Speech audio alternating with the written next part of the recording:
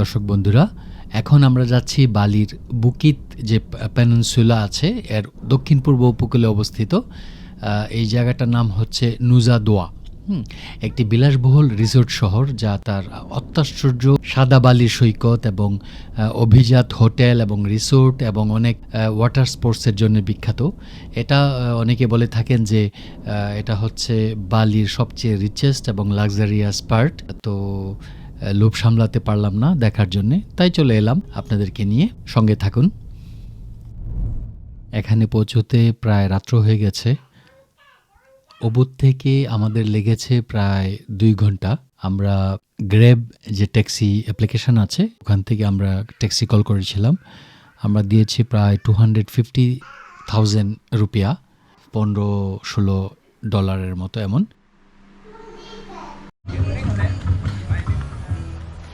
তো আমরা হোটেলে গিয়ে ফ্রেশ হয়ে তারপরে বেরিয়েছিলাম ডিনার করতে। ডিনার শেষে আমরা হোটেলের পেছন দিয়ে আসছিলাম ওই বিচের পাশ দিয়ে, তখন এগুলি দেখতে পাচ্ছিলাম। যদিও অনেক অন্ধকার, কিছু বোঝা যাচ্ছিল না, তারপরেও খুবই ভালো লাগছিল। বাতাস ছিল, একটা ফেস্টিভ মোড ছিল।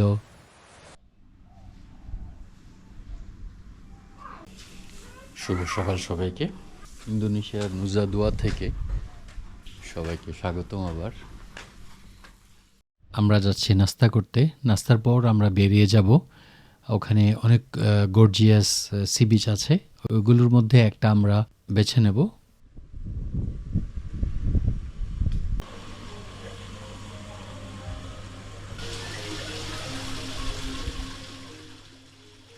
এইগুলো ছিল আমাদের সকালের নাস্তা। সুন্দর, গত রাত্রে থাকলাম, একটা রাত্র পার হলো। খুব কমফোর্টেবল ছিল সব কিছু। ছোটো একটা রিসেপশন এখানে।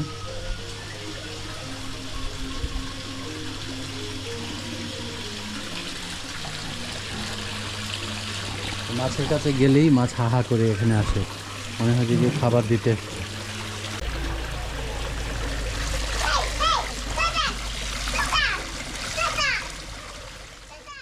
এখন আমাদের গন্তব্য হচ্ছে নুজা দোয়া বিচে। এই বিচটা সবচেয়ে পরিচ্ছন্ন এবং খুব ওয়েল মেনটেন্ড যাকে বলে। এখানে বেশিরভাগ লাক্সারি রিসোর্ট আছে, তাই ভিড় কম এবং নিরাপত্তা বেশি। যদিও এখানে নিরাপত্তার কোনো প্রশ্ন নেই, খুবই নিরাপদ এখানে সবাই। তারপরে মনে করেন যে এখানে অনেক অফিসিয়াল আসে, তো এইসব রিসোর্ট এলাকায় এই কারণে একটু নিরাপত্তা বেশি দিতে হয় এদের। তো ওখানে আমরা যাচ্ছি, দেখা যাক। গুগলে যে রিভিউ পড়লাম, যে ছবি টবি দেখলাম, ভালোই খারাপ না মানে খুবই গর্জিয়াস।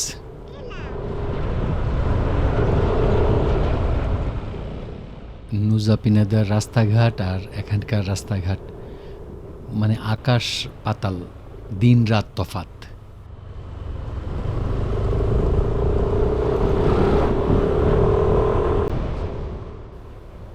তো আমরা বিচ এরিয়ায় পৌঁছে গেলাম।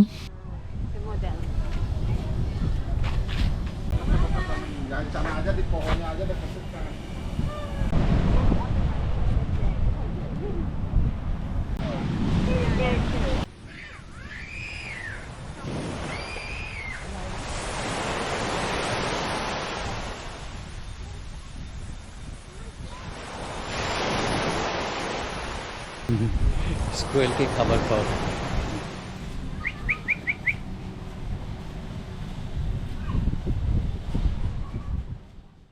এদের খাবার দিতে গিয়ে আমার একটা অদ্ভুত ধরনের অনুভূতি হয়েছে, যা আমি বোঝাতে পারবো না।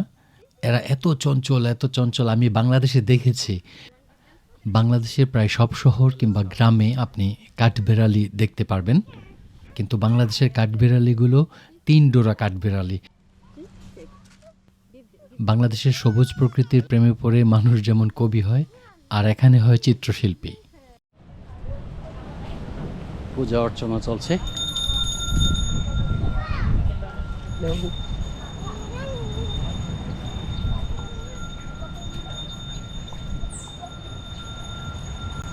যে বিচে গিয়েছিলাম এটা কিডস ফ্রেন্ডলি না, অনেক বড় বড় ঢেউ, কাজে আমরা অন্য আরেকটা ইয়েতে যাচ্ছি, বিচে যাচ্ছি।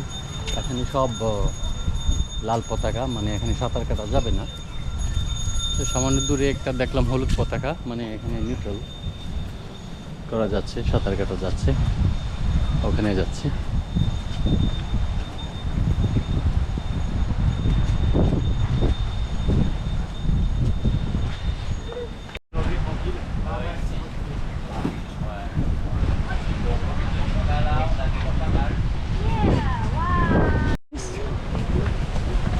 Club Med, parce que j'en ai vu.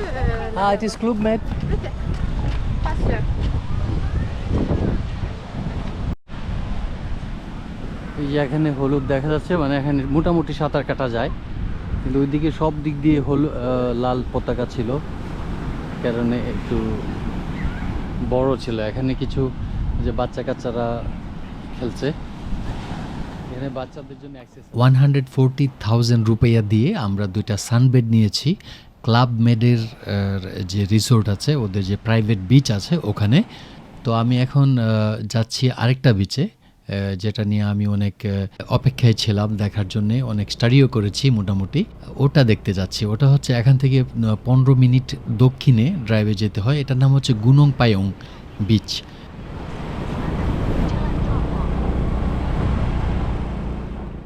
আমার বউ বাচ্চা ওরা নুজাদুয়া বিচে রয়ে গেছে, ওরা আমার সঙ্গে আসতে চাইছিল না, বলছে যে আজকে সারাদিন ওখানেই ওরা থাকবে, আমি যেন শেষ করে ওখানে আবার ফিরে যাই। এটা মোটামুটি নিরিবিলি একটা বিচ এবং একটু রিমোটে যেতে হয়। তারপরে আবার এটা এখানে একটা ছোটোখাটো একটা গুহা আছে, একটা দারুণ মানে খুবই কম সংখ্যক ট্যুরিস্ট ওখানে যান, সেটা দেখতে আমি যাচ্ছি।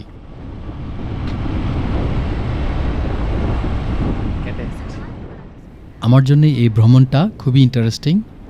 আশা করি আপনাদের কাছেও ভালো লাগবে, সঙ্গে থাকুন।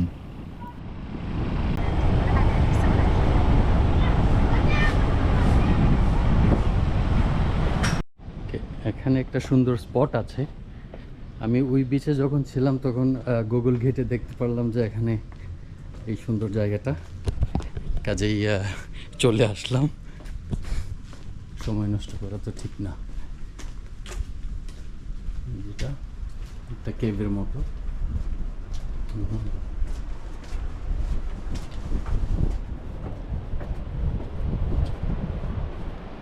ওয়াও,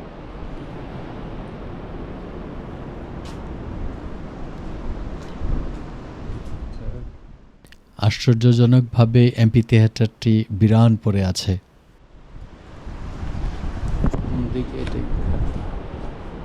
এই জায়গাটা আবার প্যারাগ্লাইডিং এর জন্য বিখ্যাত, প্যারাগ্লাইডিং করছে।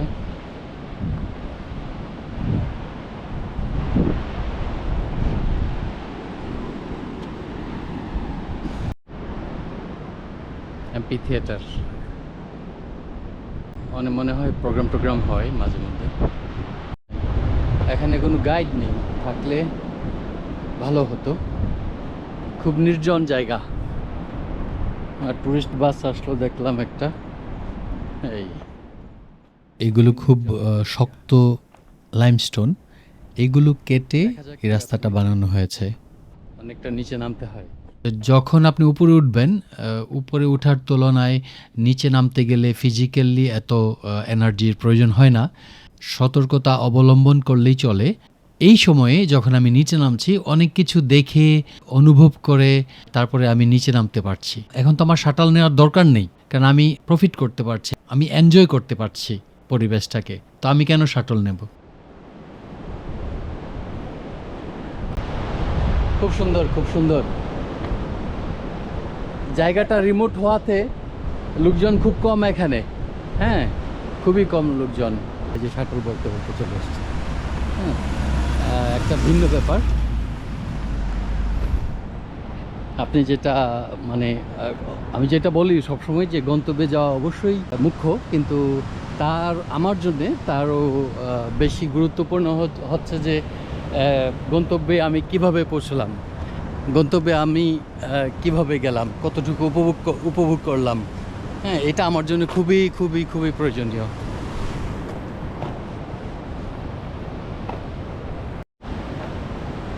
সমুদ্রের শব্দ ছাড়া আর কিছুই নেই এখানে। শশো শশো শশো, হ্যাঁ, সম্মোহনী একটা শব্দ।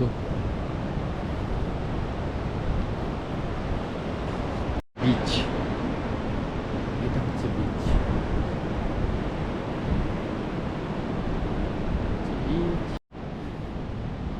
বিচে যাওয়ার রাস্তা হচ্ছে এটা, নিচে নামতে হবে এখান থেকে মনে হয়। হ্যাঁ রাইট, এখান থেকে সুন্দর একটা ভিউ নেওয়া যায়। আমি ন্যাচারাল কোনো ওয়ান্ডার কিংবা বিউটি এগুলো দেখলেই আমার বিজ্ঞানের কথা মনে হয়। এক দর্শক বন্ধু কমেন্ট করেছেন আমি নাকি নেচার এবং বিজ্ঞানের মাঝে সংঘর্ষ বাঁধানোর চেষ্টা করি। আমি অনেকগুলো ব্লগে বলেছি, আজকে আর বললাম না, কিন্তু আমি আমার দাবিতে অনড়। আমি এই বিষয়ে আজকে আর কিছুই বলবো না। এটা হচ্ছে বিচ এরিয়া।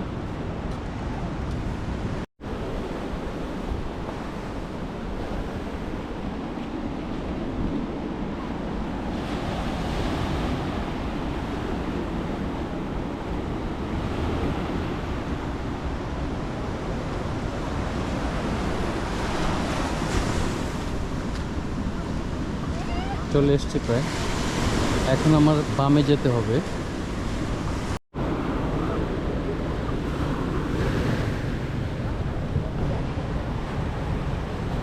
একটা একটা দুর্গম, একটা রিমোট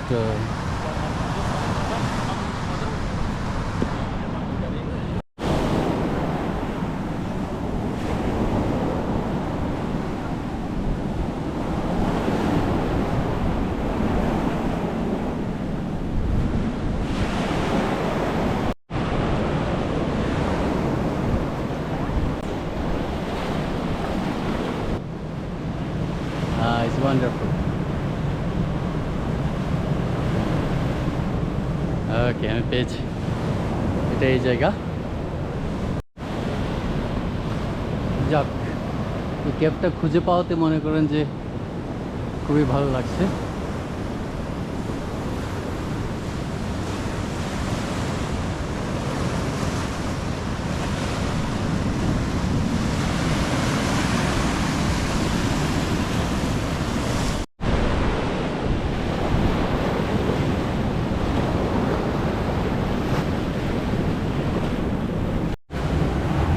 গুহায়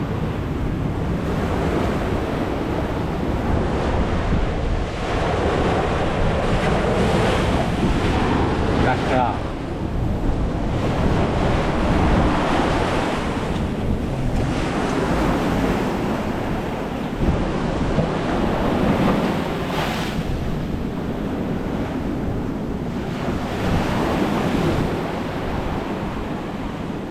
কি বডি দেখছেন? এই বডির জন্য হাজার হাজার ইউরো খরচ করে মানুষ জিমে গিয়ে, আর এটা ন্যাচারালি পায়ে গেছে। Do like this? Very good muscle.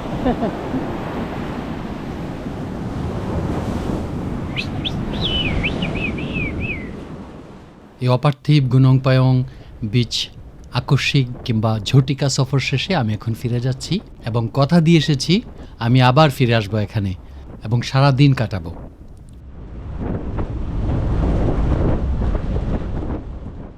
আমি সচরাচর ভালো ডিসিশন নিতে পারি না, কিন্তু এখন যে ডিসিশনটা নিয়েছি খুবই চমৎকার। আমি নিজেকে থ্যাংক ইউ দিচ্ছি, কারণ এভাবে হেঁটে উপরে ওঠার কোনো মানে হয় না, যেখানে শাটল আছে। আর এখানে যা দেখার তা তো দেখা হয়ে গেছে নিচে যাওয়ার সময়।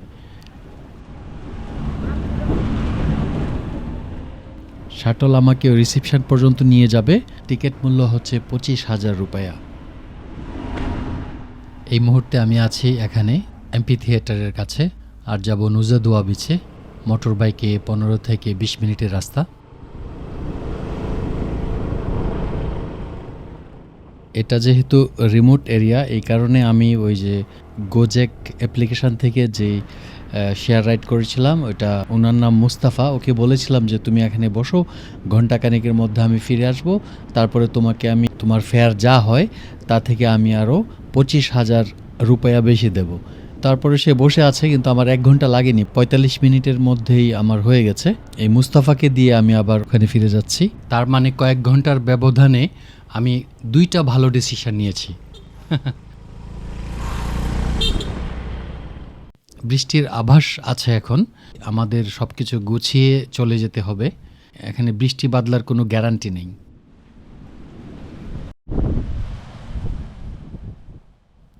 প্রচুর শাপলা, শাপলার ঝিল। একটা ট্রপিক্যাল কান্ট্রি হিসাবে এবং স্বল্প উন্নত, আমি তো মানে এদের সাধারণ মানুষের জীবনযাত্রা আমি দেখেছি, এরপরে কতটুকু অমায়িক। তারপরে আপনার এরা যে এত কিছু জানে, এত সুন্দর গোছাতে জানে, এই কারণে ইন্দোনেশিয়া অ্যাকচুয়ালি ট্যুরিজমের জন্যে।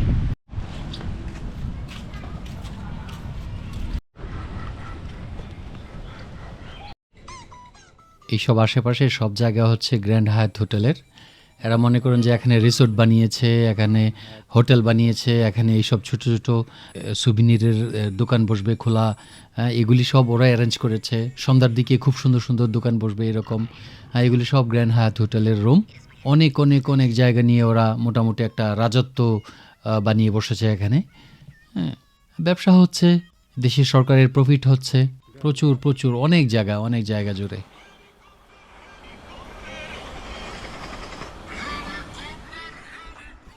বৃষ্টির পূর্বাভাস আছে, ড্রামাটিকলি পরিবর্তন হয়ে গেছে, রৌদ্র নেই। Ouais, c'est ça. Vas-y. all the ladies, kicho, बैठो। দর্শক বন্ধুরা, এই সুন্দর একটা সন্ধ্যায় আজ আমরা এসেছি নুজাদুয়ার দেবদান শো দেখতে। এটা আসলে বালির অন্যতম বড় লাইভ কালচারাল শো।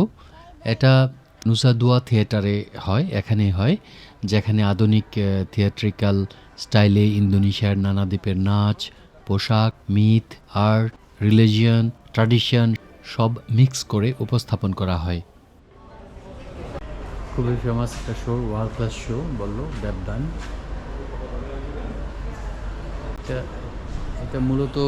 এটা মূলত থিয়েটারে হয়। আমাদের দেশে যেমন থিয়েটার হয়, শিল্পকলা একাডেমি, অনেক ধরনের প্রোগ্রাম হয়, এদের এটাও একটা কালচারাল প্রোগ্রাম। এই 2টা টিকিটের দাম হচ্ছে 800,000 রুপায়া। তার মানে একটার দাম হচ্ছে 400,000 রুপায়া, বাংলাদেশের টাকায় প্রায় 4,000 টাকা।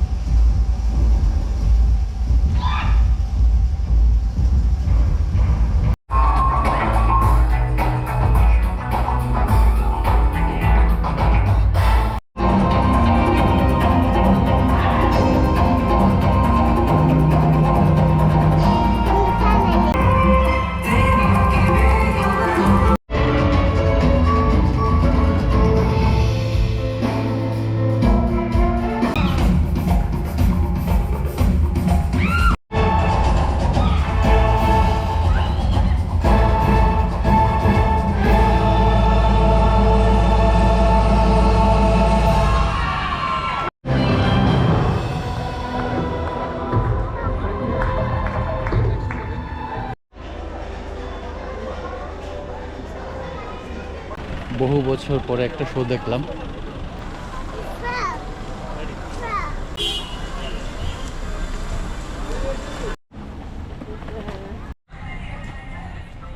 বালি কালেকশন এরিয়া, একটা টুরিস্ট অ্যাট্রাকশন এটাও। সারাদিন ঘোরাফেরার পরে আপনি এখানে আসতে পারেন, কেনাকাটা না হোক দেখলেও ভালো সময় কাটে।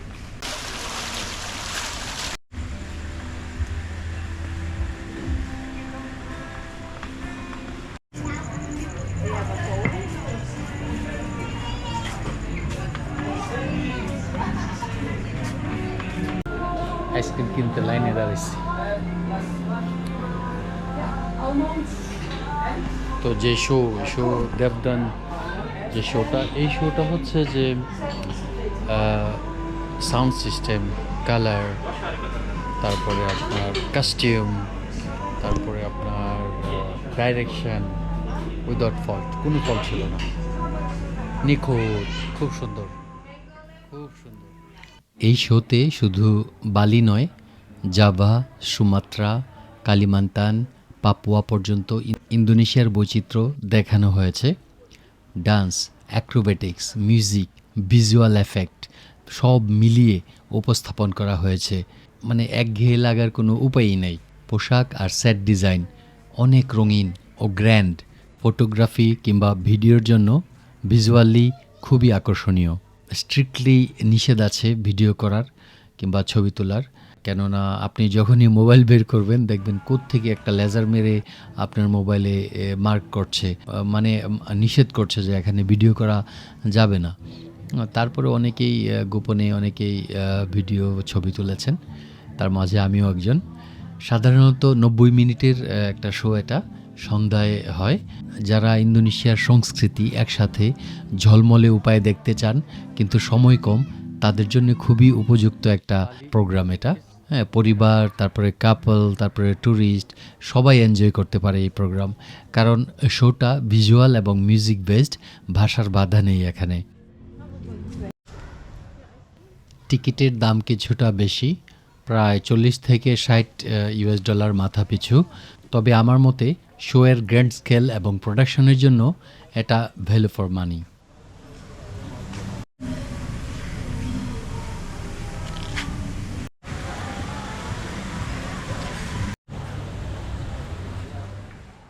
দর্শক বন্ধুরা, এবারে আমাদের যাত্রা হচ্ছে বালি এয়ারপোর্ট। ঘরে ফেরার পালা। প্রায় 1.5 মাস দুবাই, আবুধাবি, মালয়েশিয়া, ইন্দোনেশিয়া, এবার তো ঘরে ফিরতেই হয়, কি বলেন?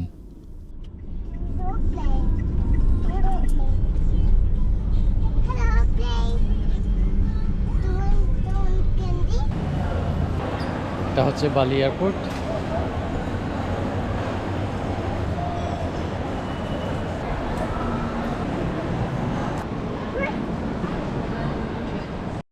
আমরা এইমাত্র ইমিগ্রেশন শেষ করলাম বালি এয়ারপোর্টে।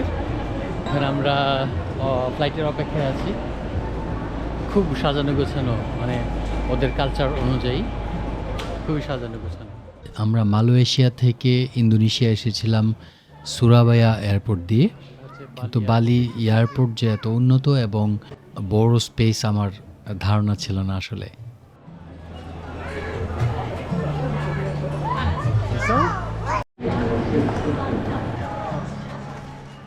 এয়ারপোর্টে আপনি ইমিগ্রেশন শেষ করে ইমিগ্রেশনের ভিতরে ঢোকার পরে ফুড কোর্ট পাওয়া খুবই ভাগ্যের ব্যাপার। দাম একটু বেশি হবে, এটা খুবই স্বাভাবিক, কিন্তু অবশ্যই সহনীয় পর্যায়ের হতে হবে। আমি অনেক এয়ারপোর্ট দিয়ে যাতায়াত করেছি, তো কাজে আমি জানি ইমিগ্রেশনের পরে এমন অনেক দোকানপাট আছে খাবারের, পানীয়, এইগুলোর আপনার ওদের প্রাইস দেখলে আপনি আর কোনো দিন এইসব দোকানপাটের সামনে দিয়েই যাবেন না, এত চড়া দাম।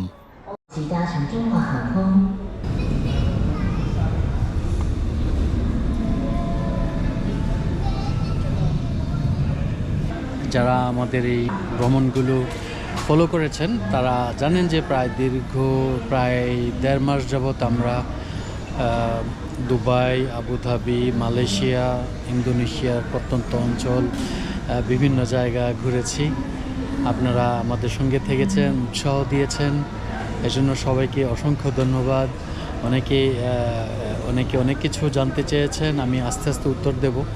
এবং যারা সাবস্ক্রাইব করেছেন তাদের সবাইকে অনেক অসংখ্য ধন্যবাদ।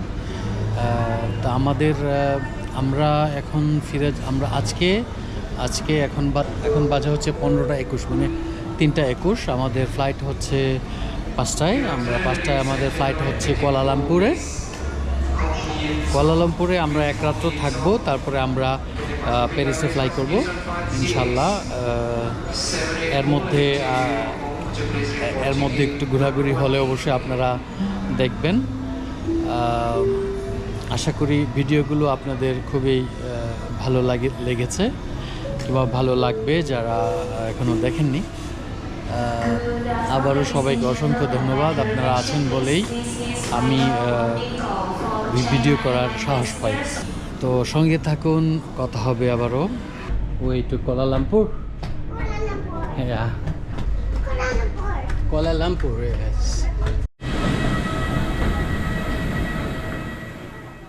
ফিরে যাওয়ার সময় অনেকগুলো স্মৃতি একসঙ্গে ভিড় করছে। খুবই মায়া হচ্ছে ইন্দোনেশিয়াকে ছেড়ে যেতে। চাঙ্গু, ওবুদ, নুজা পেনেদা, নুজা দোয়া, লম্বক, কাতামারান, তেতে বাতুগ্রাম, গিলিমেনু দ্বীপ, তারপরে মালয়েশিয়ার পেট্রোনাস টাওয়ার, কুয়ালালামপুরের ব্যস্ত রাস্তা, বাতু কেভস, আবুধাবির গ্র্যান্ড মস্ক, দুবাইয়ের বুর্জ খালিফা, দুবাই বিচ, দুবাই মল। ফটোগ্রাফি, ভিডিওগ্রাফি, আপনি যাই বলেন, সব গল্প তো আর আসে না। তো এইসবের ভেতরে আরও অনেক গল্প আছে, আমরা ধীরে ধীরে করব একসঙ্গে, আপনারা সাথে থাকবেন। আমরা ভিডিওটির শেষ পর্যায়ে চলে এসেছি দর্শক বন্ধুরা। আপনারা সবাই ভালো থাকবেন, সুস্থ থাকবেন এবং অবশ্যই যে যেদিকে পারেন ভ্রমণ করবেন। আরও একটি এপিসোডের সাথে আপনাদের সঙ্গে দেখা হবে, কথা হবে। সে পর্যন্ত বিদায়। আর চ্যানেলটি যারা সাবস্ক্রাইব করেননি, আশা করি চ্যানেলটি সাবস্ক্রাইব করে নেবেন, এতে করে আমি আরও বেশি উৎসাহিত হব। ভালো থাকুন।